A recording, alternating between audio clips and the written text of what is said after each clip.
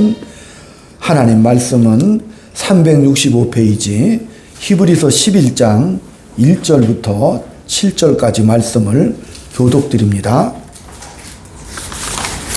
365쪽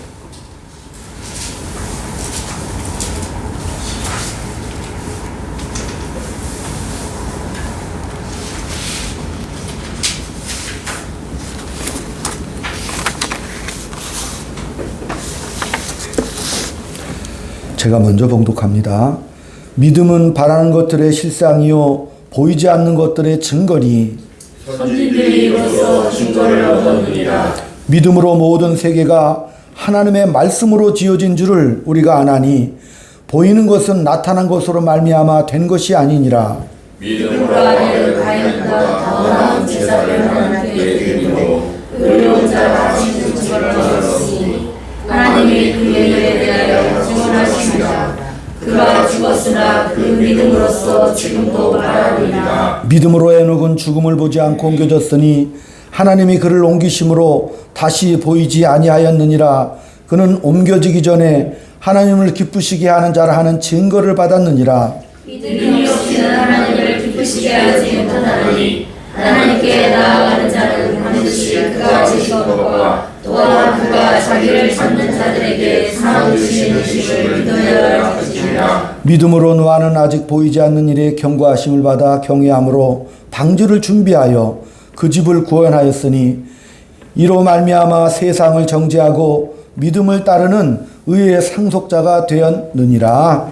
아멘. 인사 나눕니다. 주의 사랑으로 사랑합니다. 주의 사랑으로 사랑합니다. 아멘. 성도님 덕분에 너무 행복합니다. 성도님 덕분에 너무 행복합니다. 우리 한번 고백을 해볼까요? 예수님은 나의 구주십니다. 예수님은 나의 구주십니다. 하나님은 나의 아버지십니다. 하나님은 나의 아버지십니다. 이 사실을 믿습니까? 아멘. 우리가 하나님의 자녀가 되었다. 그걸 전문 용어로는 칭의라고 합니다. 칭의가 뭐냐? 도저히 하나님 앞에서 설 자격이 없는 죄인이었는데 하나님께서 우리에게 하나님 앞에 설 자격을 주셨다. 그런 뜻이죠. 그래서 이 칭의가 없으면, 하나님의 이 칭의가 없으면, 의롭다 하심이 없으면 아무리 왕이고 대통령이고 재벌이라 할지라도 다 어디로 가요? 지옥 가는 수밖에 없어. 그죠? 바울 사도가 갈라디아 지역에 복음을 전할 때 그 당시 바리새인들이나 이란들이 들어와서 야, 저 바울은 저거 가짜 같아 아무래도. 아니 어떻게 믿음으로 의롭다함을 얻어? 그게 말이 돼? 아, 율법을 지키고 행위를 해야지. 말이 되냐? 막 바울을 넘어뜨리려고 공격을 했단 말이죠. 그러니까 바울이 갈라디아서 1장 8절에도 이 믿음, 내가 전한 이 복음을 훼손하는 자들은 다 저주에 빠질지라고 강력하게 말씀을 하셨어요. 믿음으로 구원함을 얻습니다. 이 믿음은 하나님이 주신 선물이에요. 그 선물을 받아야 돼. 다 받았잖아요. 선물을 받고 우리가 이 자리에 나온 하나님의 자녀들입니다. 행위라는 것이 나쁜 것이 아니잖아요. 그죠? 근데 왜 행위로 말미암아 구원을 얻는다는 것에서 바울이 그들은 저주를 받아 마땅하다. 왜 그런 말씀을 하셨을까?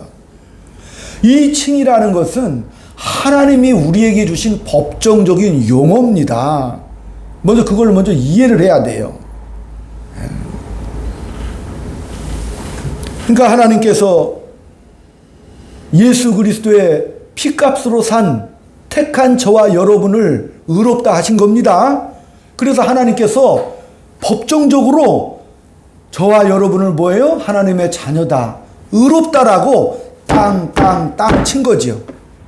이게 법정적인 용어인데, 그러면 이 법정적 칭의의 반대말이 뭐냐면 실질적 칭의론자들이 있습니다. 다시 말하면 내가 노력을 해서 정말 내가 의로워져서 구원을 얻는다라고 생각하는 사람들이 있어요. 그죠? 그러니까 하나님의 법정에서 의롭다함을 받은 게 칭의고 구원이고 믿음인데, 이거를 안 믿고 뭘 실질적인 칭의론자, 다시 말하면 인간들이 수양을 통해서 의로움에 도달할 수 있다, 도덕적으로 갈고 닦아 내가 의롭게 될 수 있다라고 인간적인 행위를 자꾸 집어넣으니까 그게 뭐죠? 다른 복음이 돼버리고 마는 것이죠. 그렇기 때문에 오직 믿음으로 우리가 구원을 얻습니다. 거기에다 뭐 붙이면 안 돼요. 믿음과 뭐 행위 이렇게 돼버리면 그건 복음이 아니게 되는 거예요. 그죠? 그 인본주의가 돼버리기로 많은 거죠. 인간의 노력과 행위와 헌신으로, 내 치성과 열심으로 내가 의롭게 된다. 그럼 그 결과는 뭐죠? 자기 공로가 돼버리죠. 예수 그리스도의 십자가의 그 구속의 사랑과 은혜와 공로가 사라져버리게 되는 것이기 때문에 사도 바울은 그건 다른 복음이다 이렇게 말씀해 버리는 거죠. 우리가 오직 믿음이죠. 우리가 할 일이 없어요. 오직 하나님의 은혜로 말미암아 칭의를 받게 되는 것이고, 믿음의 삶을 사는데 이 삶은 뭐냐면, 이제 의롭다함을 받은 우리가 누가 오셔서, 성령님이 오셔서 이끌어 주시죠. 네, 성령님이 오셔서 우리를 인도해 주시는 것이죠. 하나님의 자녀답게 살아갈 수 있도록 끝없이 우리의 삶을 붙잡아 주시고 인도해 주시는 겁니다. 예, 그러니까 그것을 믿어야 돼요. 그러니까 이 믿음으로 의롭다함을 받는다. 이게 지금 이신칭의가 가장 그 단순한 말 같지만, 이 이신칭의라는 오직 믿음으로 의롭다함을 받는 이 문제 하나 때문에 중세 유럽에서 수천만 명이 전쟁에서 죽어갔어요. 놀라운 일이잖아요. 오직 믿음으로 의롭다함을 받는다는 이 칭의론. 그러니까 사단들이요, 뭘 미혹하는 거예요? 믿음으로 의롭다함을 받았다, 이것을 공격한 것이 기독교 역사잖아요. 여러분 그것을 믿죠? 오직 믿음으로만 의롭다함을 얻습니다. 예, 믿음으로만. 전에 1993년도에 83세의 일기로 성철이라는 위대한 불교계의 고승 한 분이 입적을 하셨죠. 근데 그분이 불필이라는 딸이 하나 있었어요. 젊은 날에 딸 하나 두고 산에 올라가서 불교에 귀의하신 분이신데, 이분이 그 딸에게 죽기 며칠 전에 딸에게 남긴 유언장이 공개가 됐습니다. 딸도 아버지 떠난 다음에 불자가 되어서 스님이 되었습니다. 그 딸에게 마지막, 우리 한국에서도 가장 수양의 경지가 높았고 고승의 경지가 오른 분이 바로 성철 스님이거든요. 제대로 잠 한 번 주무신 적이 없어. 9년 변벽 앉아서 9년 동안 벽만 보고 수양하고, 장 잡으라 제대로 자지도 않고 앉아서 잤잖아요. 대단한 수양. 그리고 옷이라고는 쓰레기 같은 누더기만 입고 사셨다니까요. 그런 분이 마지막 자기 딸에게 남긴 말이 있어요. 딸아, 내 인생을 내가 잘못 선택했다. 나는 지옥에 간다. 이 죄가 산보다 바다보다 높고 깊다. 내가 어찌 불자들에게 그 죄를 다 씻을 수가 있겠는가? 나는 거짓을 전했다. 우리에게는 구원이 없다. 왜? 죄값을 치를 자가 우리에게는 없다라고. 이 죄값을 누가 대신 치러줄 자가 없다. 왜? 본인의 엄청난 수련과 고행과 그런 명상들을 통해서 얻을 수 있는 건 뭐예요? 자기의 죄만 발견하죠? 거기까지 올라간 것도 대단하잖아.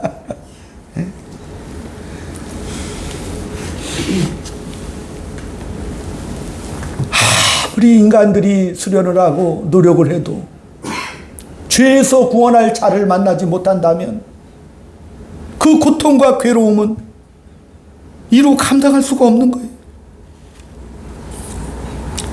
그가 그렇게 마지막에 그런 많은 수련을 닦았던 고승조차도 자기가 내 인생이 잘못돼서 지옥을 가니 너는 구원함을 얻어라라고 그렇게 불필 스님한테 전했다니까요. 여기엔 구원이 없다, 우리에게는.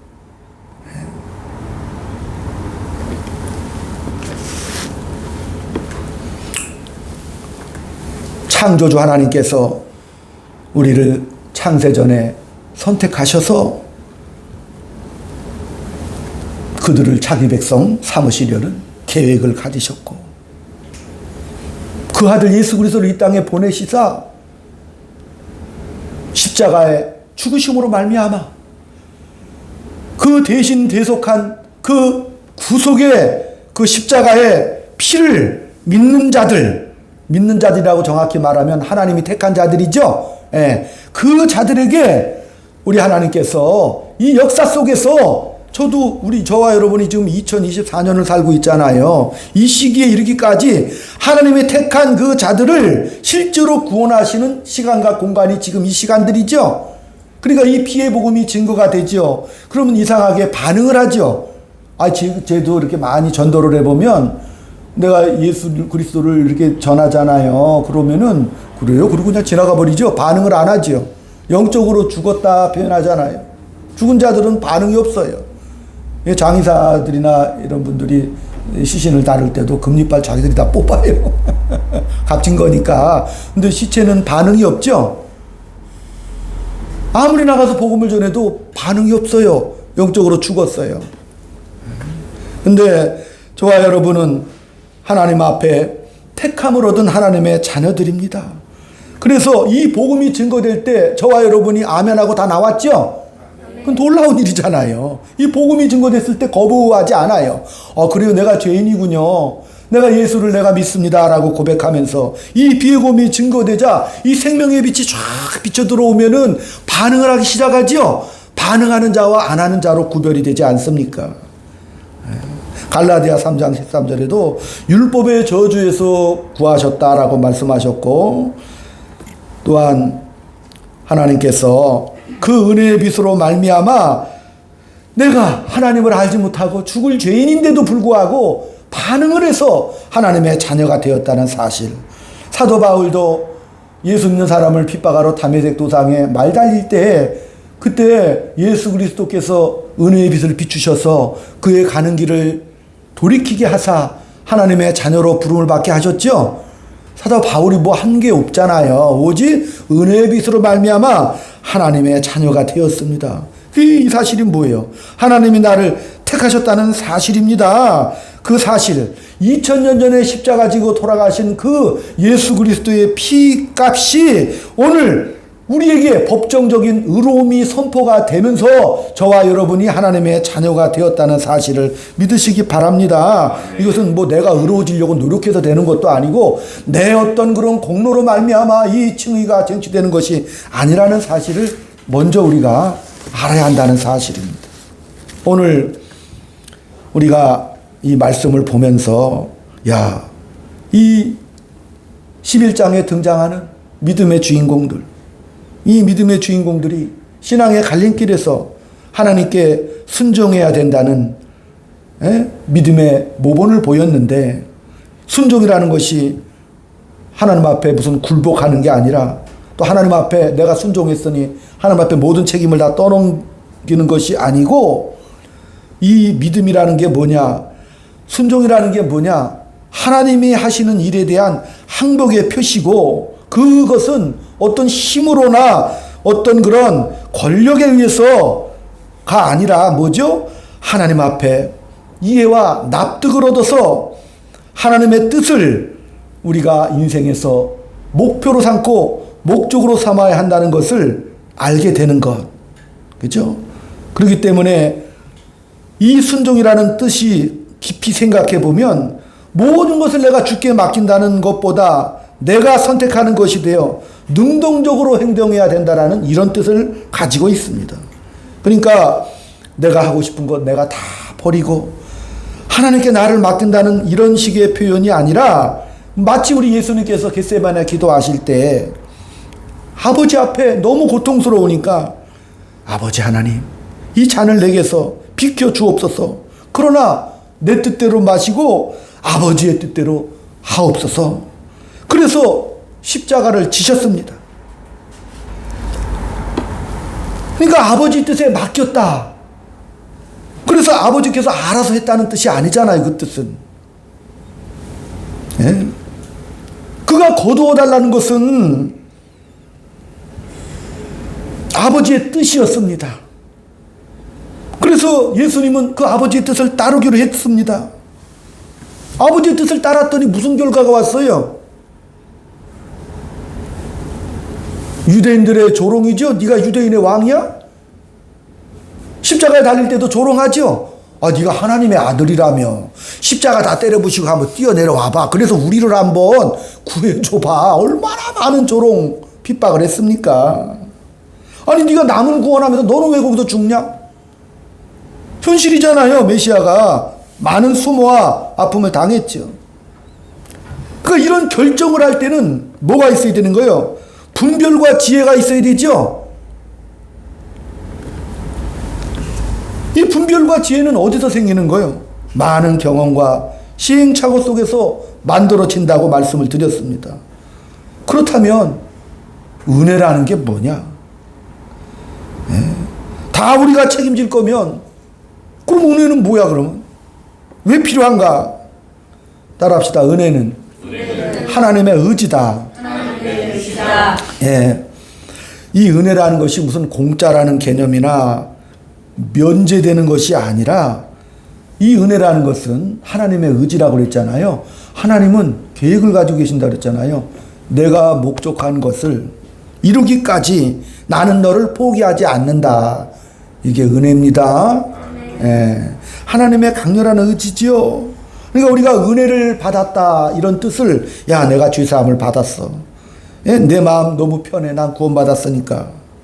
그런 뜻이 아니라 은혜를 받았다 그러면 그냥 죽었다고 해야 되는 거예요. 예?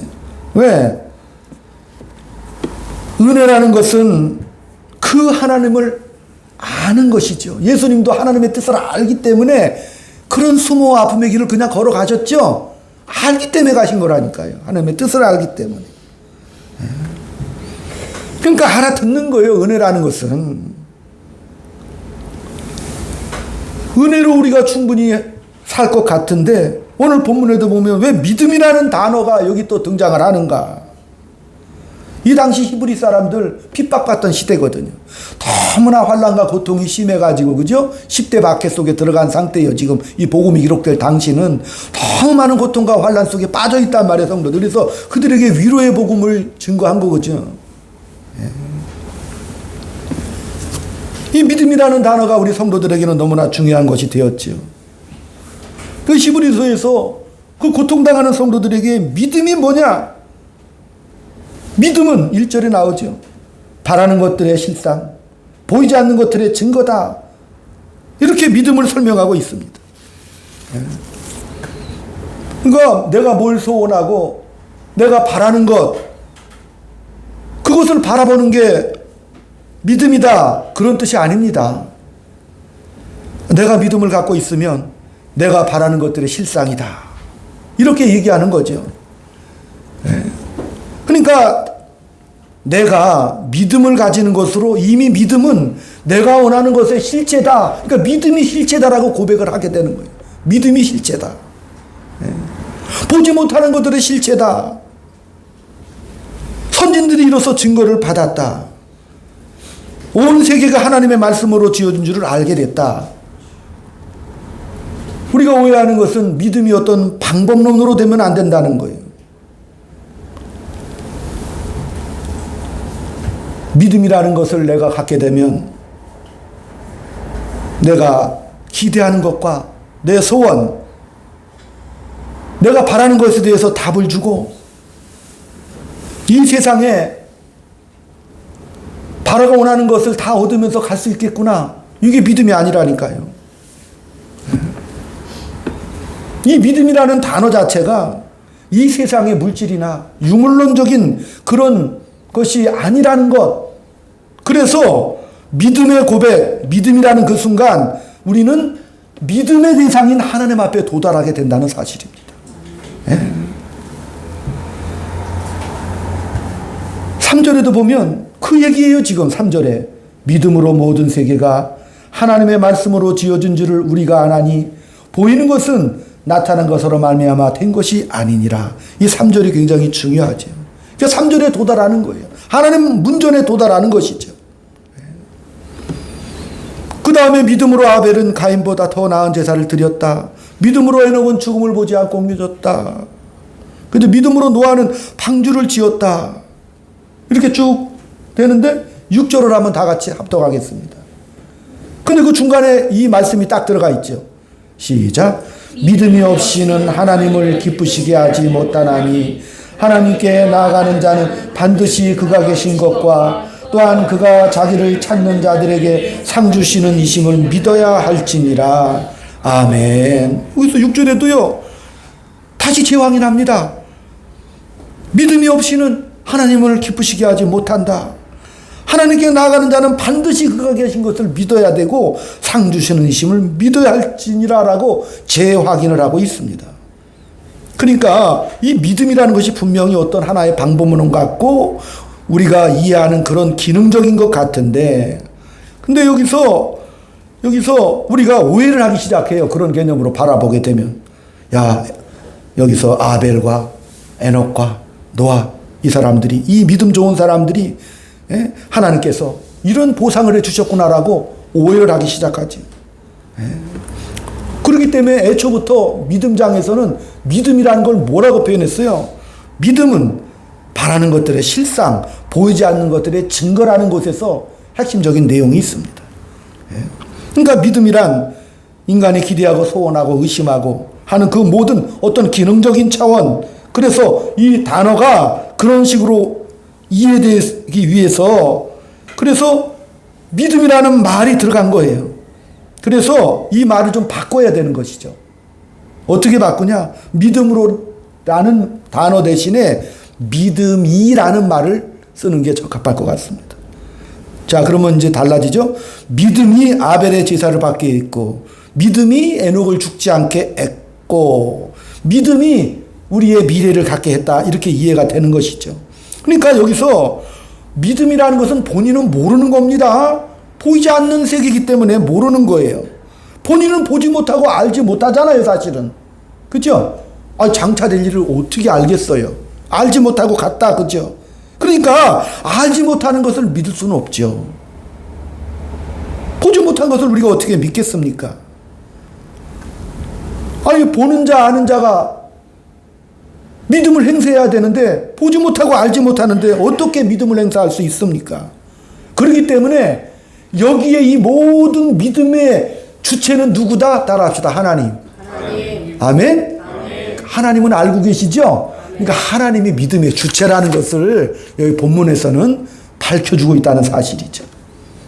그러니까 여기서 이제 그렇게 이해를 해볼 때, 하나님이 볼 때 가인의 제사가 낫냐, 아벨의 제사가 낫냐, 그런 뜻으로 이해하기보다는 인간의 제사는 다 똑같다.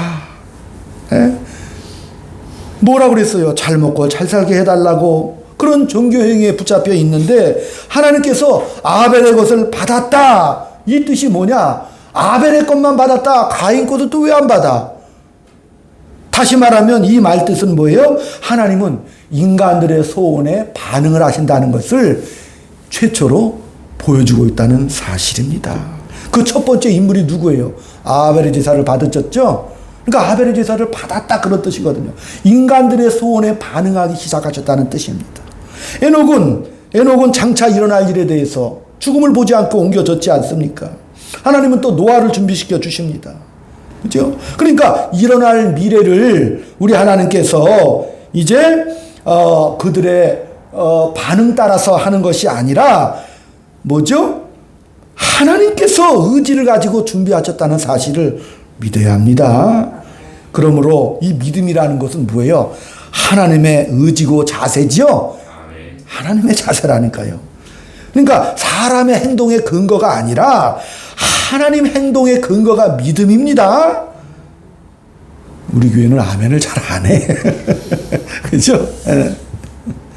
그러니까 믿음이 없이는 하나님을 기쁘시게 못하는 거죠. 그러니까 믿음이 있어야 된다는 뜻을 더 정확하게 말씀을 드리면 따라합시다. 하나님이 누구신지 알아야 된다. 하나님이 누구신지 알아야 한다. 그러니까 신구약 성경에서 하나님을 알자, 힘써 알자라는 말이 계속 나오고 있죠.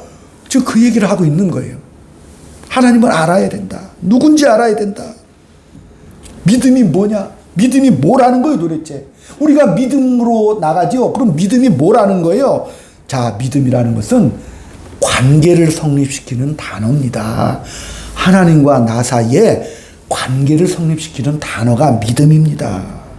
그러면 관계를 성립시키다는 게 뭔가? 다른 어떤 그런 조건보다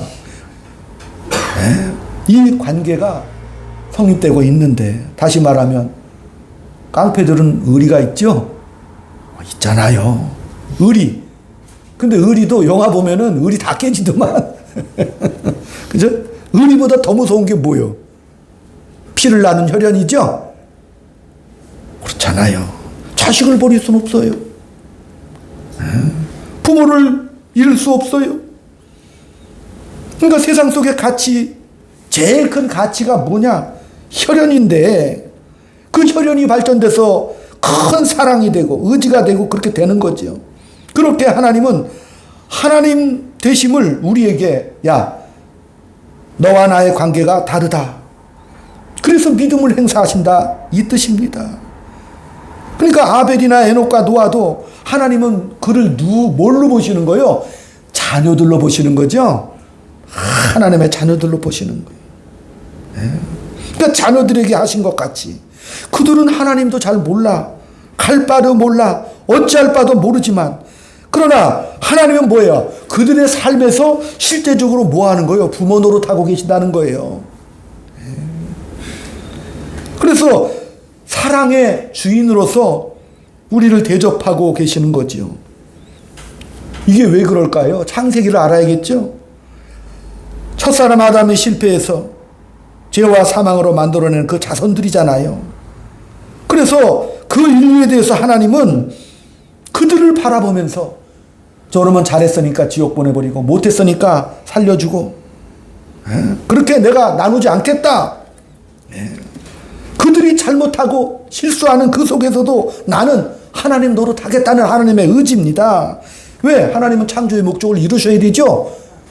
창조의 목적을 이루시는 거예요. 하나님의 형상대로 지음받은 존귀한 내 새끼들을, 내 자녀들을 영광의 자리에 이르기까지 보호하시고 지키실 하나님이시죠.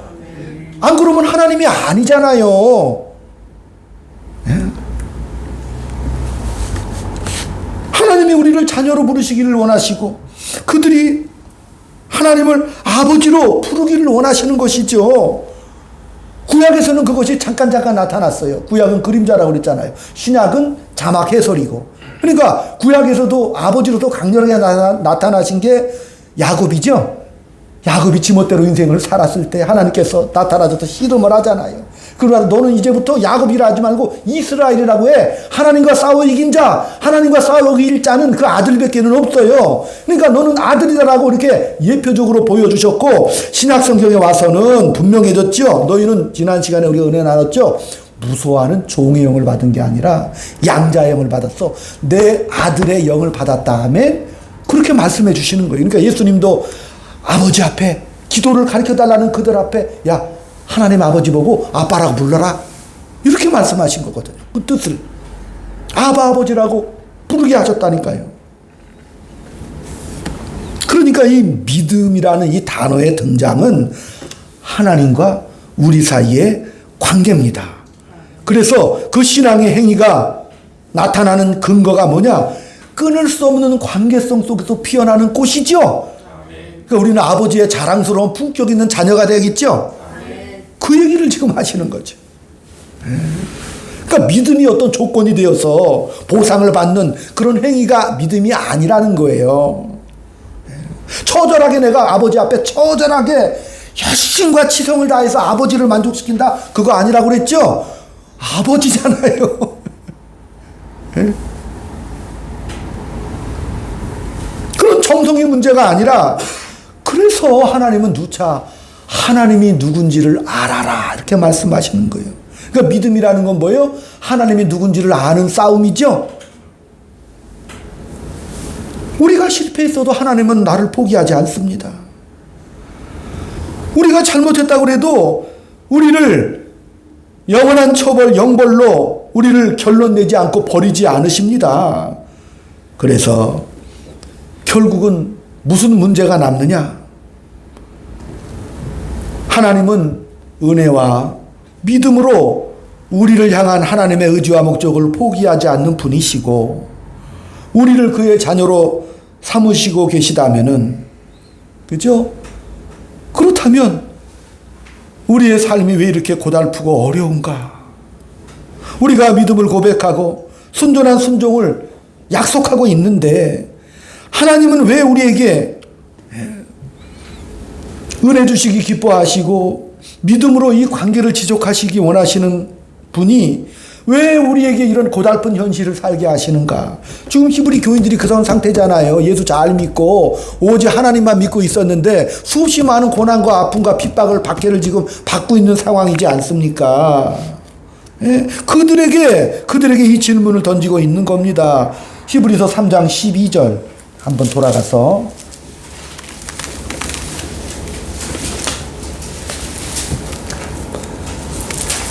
12, 13절 다 같이 히브리서 3장 12, 13절 시작. 형제들아 너희는 삼가 혹 너희 중에 누가 믿지 아니하는 악한 마음을 품고 살아계신 하나님에게서 떨어질까 조심할 것이요 오직 오늘이라 일컫는 동안에 내일 피차 권면하여 너희 중에 누구든지 죄의 유혹으로 완고하게 되지 않도록 하라. 아멘. 아멘. 이 말씀을 한번 출애굽에 비유해서 보겠습니다. 이스라엘 백성들이 애굽에 종살이 430년 했지요. 우리 하나님께서 모세를 통하여 이스라엘 백성들을 애굽 땅에서 구해내셨습니다. 자, 출애굽의 그 목적이 뭐겠어요? 어디 가는 거예요? 가나안 가는 거죠? 목적이 있을 거 아니에요. 꺼냈으면 어디로 가야 될 거 아니에요. 그래서 가나안에 들어가는 것이 이스라엘이 실패해서 못 들어간 것처럼 우리가 이렇게 보겠지만, 그러나 이 출애굽의 사건에 있어서 가나안에 가야 된다는 이해를 먼저 오늘 시간 해야 될 필요가 있습니다. 네, 우리가 자 쉽게 설명해서 여기 지금 대전에 그 월드컵 경기장에 가려면 지금 여기서 가려면 어떻게 해야 돼요? 경기장 가려면 이 교회에서 지금 나와야 되죠? 나와 가야 되잖아. 경기장 가려면. 이게 구원이라는 게 뭐냐면 그 목적지에 가려면 일단 죄와 사망에서 끄집어내야 되죠. 하나님께서. 종살이 하던 데서 일단 끄집어내야 되잖아. 끄집어내가지고 뭐예요? 이들을 가나안 땅에 자유롭고 자유로운 하나님의 백성의 삶을 살도록 데려다 놔야 되죠. 그 뜻이잖아요. 지금 꺼내야 되죠. 왜 꺼냈어요? 가야 할 곳이 있기 때문에 가라고 꺼낸 거거든요. 우리가 가라고 꺼내놨더니 여기가 좋사오니 죄사함에 감격과 감사의 눈물만 펑펑 흘리고 앉아있으면 어떻게 가야지. 출애굽이라는 사건 자체가 아버지의 위력을 보여준 엄청난 사건이요. 400~500만 년이나 되는 그 이스라엘 백성들을 10가지 재앙을 통해서 세계 최강자고 애굽을 박살내버렸죠. 끄집어내잖아요. 그 애굽의 군사력이 얼마나 막강해. 근데 다 깨부시잖아요, 하나님께서. 그 다음에 홍해를 쫙 갈라버리시죠. 43.km요. 그게 43km. 바다를 쫙 갈라. 그리고 딱 지나가게 하잖아요. 지나갈 때 물고기 보면서 지나갔겠죠. 물이 갈라져 있잖아. 수족관 바라보면서 걸어갔겠지. 기적 중에 기적이죠. 그 다음에 또 광야에 들어가서는 추울까봐 불기둥, 구름기둥 뜨거울까봐 타 죽을까봐 구름기둥으로 딱 휘웠어. 실감 안 나요? 아버지의 위력이 대단하죠? 아버지가 그런 아버지라니까요. 바위에서는 또 샘물을 다 마시게 해서 그 바위 생수 먹었으니까 물의 질도 좋죠? 300~400만을 다 먹이신다니까. 나 신기한 게 40년 동안 걸어 다녔는데 뜨거운 사막 걸어 다니는 신발 다 해지겠지. 못 걸어 다녀요. 근데 신발도 안 해졌다고 그래서 의복도요. 이게 뭔지는 몰라도 하여간 해지지 않았다. 그러니까 아버지가 충분히 기에 빠져도 가장 많은 사랑과 은혜를 쏟아 부은 사건이 출애굽 사건임을 이해를 하셔야 됩니다. 그래서 아버지는 뭐예요? 그렇게 돌봄을 통해서 어디로 가길 원하신 거예요? 가나안에 들어가길 원하신 것이죠. 가나안에 들어가야 되죠. 그런데 여기를 안 가려고 그래. 그 이스라엘 백성들은 믿음이 없어서 못 간다고 그러죠. 하나님의 그런 어마어마한 위력을 봤으면서도 가나안 땅에 살고 있는 7 족속들이 무서운 거야. 너무 강력한 민족이 저기 또 있어요. 아니 하나님의 그 위력을 봤으면 그냥 가면 되죠. 안 가잖아요. 무서워서 두려워서.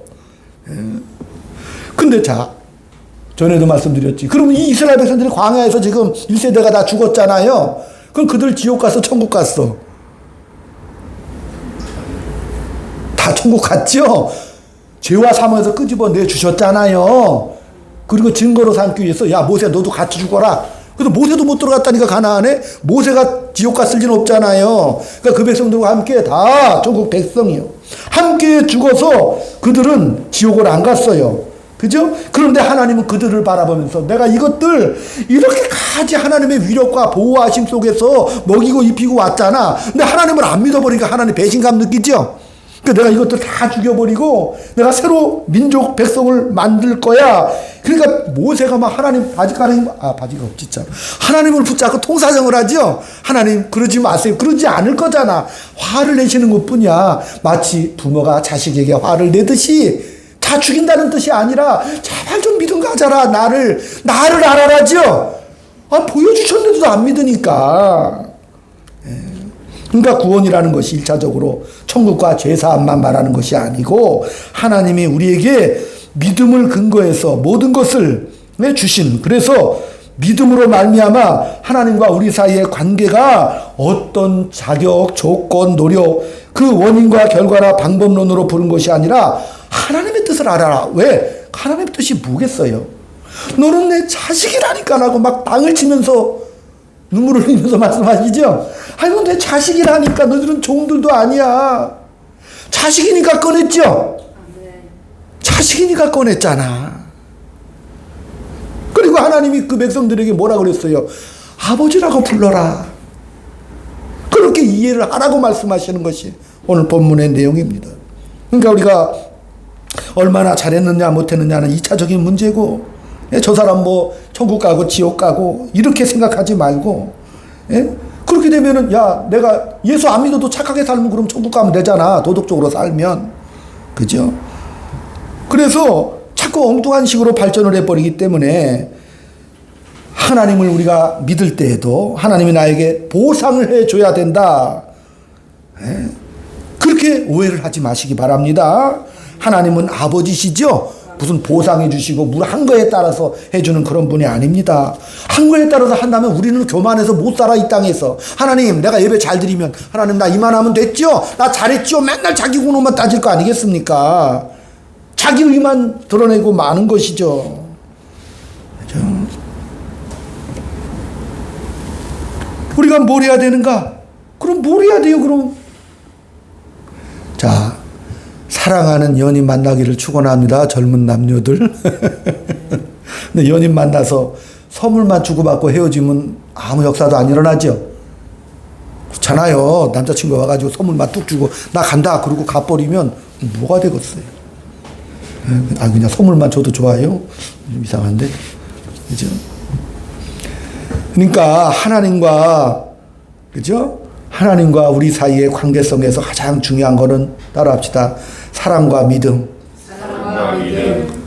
사랑과 믿음을 원하시는 게 오직 하나님이 원하시는 것은, 기독교가요 그토록 하나님이 사랑이시다 나를 믿어라 이렇게 말씀하시는 거예요. 이것은 조건이 아니요 관계라고 그랬죠. 하나님과 나 사이 부모 자식 간의 혈연의 관계처럼. 그죠? 그러니까 우리가 항상 하나님께서 내가 누군 줄 알아라. 왜? 그렇게 하나님의 사랑을 이스라엘 백성들에 퍼부으셨는데 그 이스라엘 백성 1000년의 역사가 뭐예요? 맨날 우상 섬겼죠? 맨날 우상 섬겼잖아. 우상이라는 게 뭐야? 내가 필요한 것을 빌 테니 당신은 들어달라는 게 우상 아니에요. 하나님은 관계를 원하죠? 관계를 원하잖아. 사랑과 믿음의 관계를 원하는데 이스라엘 백성들은 자꾸 오해를 해요.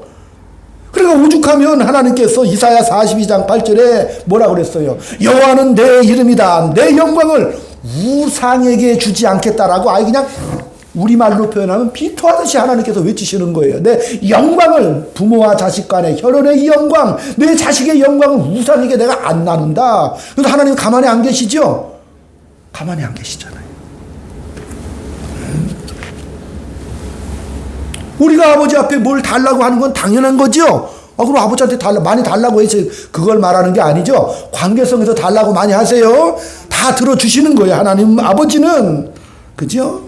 내 소원도 하나님 아버지 앞에 기도할 때 이루어 주실 줄로 믿습니다. 올 한 해 여러분의 소원, 바라고 소망하는 것들이 그 아버지의 따뜻한 돌보심과 사랑 속에 다 이루어지기를 축원드립니다. 그죠? 그러나 우상으로 섬기지는 말아라. 우상으로.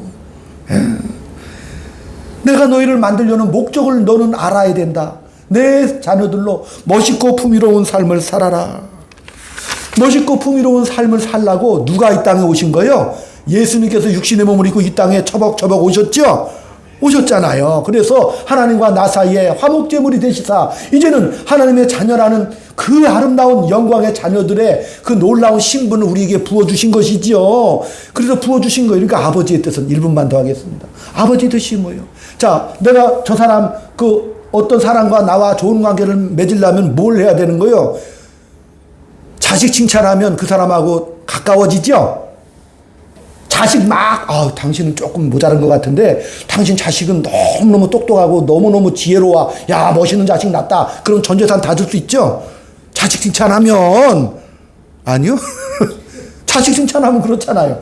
하나님은 그러길 원하시는 거죠? 아멘? 네, 하나님은 어떻게 해요? 내 자식 자랑하기를 원하시는 거예요. 네. 하나님이 그러셨으니까. 그래서 믿음이 세상에서는 그 사랑과 믿음이 없어. 그러나 그 믿음, 이 세상에 없는 믿음은 사람에게서 못 찾으니까 누구에게서? 하나님에게서 찾아야 합니다. 이 한 주간 동안 이 사랑과 믿음의 하나님과의 아름다운 관계성 속에서 이제는 그 하나님의 자랑스러운 자녀들로 넉넉하고도 풍성한 은혜를 마음껏 나누고 갈 수 있는 복된 아버지의 아들들이 다 자녀들이 되시기를 주의 이름으로 축원을 드립니다. 기도합니다. 아버지 하나님, 하나님의 자녀된 영광으로 이 땅에 살아가는 동안 넉넉한 자로 살게 해 주시옵시고 이 시간과 공간 사이에 이 사실을 잘 깨달아서 삶 속에 하나님의 아들로서의 아름다운 품격과 권능이 줄줄이 드러나며 나갈 수 있도록 주여 붙잡아 주시옵소서. 예수님의 이름으로 감사하며 기도 올리옵나이다. 아멘.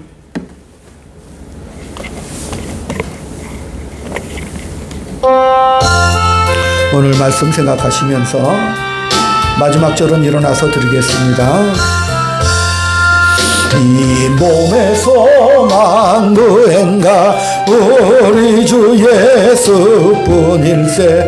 우리 주 예수 밖에는 믿으리야 주 없도다. 나의 반석이시니 그 위에 내가 서리라. 그 위에 내가 서리라. 무섭게 바람 부는 밤 물결이 높이 썰릴 때 우리 주 크신 은혜에 소망에 닿을 줄이라. 주 나의 반석이시니 그 위에 내가 서리라. 그 위에 내가 서리라. 세상에 믿던 모든 것 끊어질 그날 되어도 구주의 언약 미사와 내 소망 더욱 크리라. 주 나의 반석이시니 그 위에 내가 서리라. 그 위에 내가 서리라. 바라던 천국 하나님 앞에 배울 때 구주의 은혜 어여치 바로 서리라. 주 나의 반석이시니 그 위에 내가 서리라. 그 위에 내가 서리라. 아멘.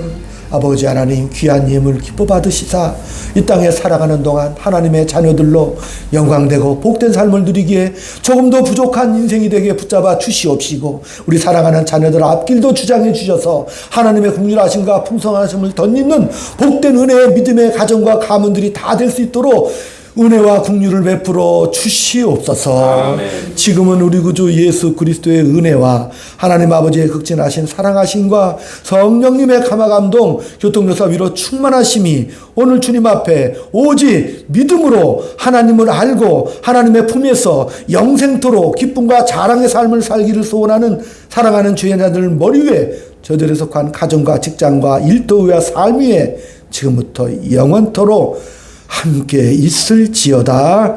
아멘. 아멘. 아버지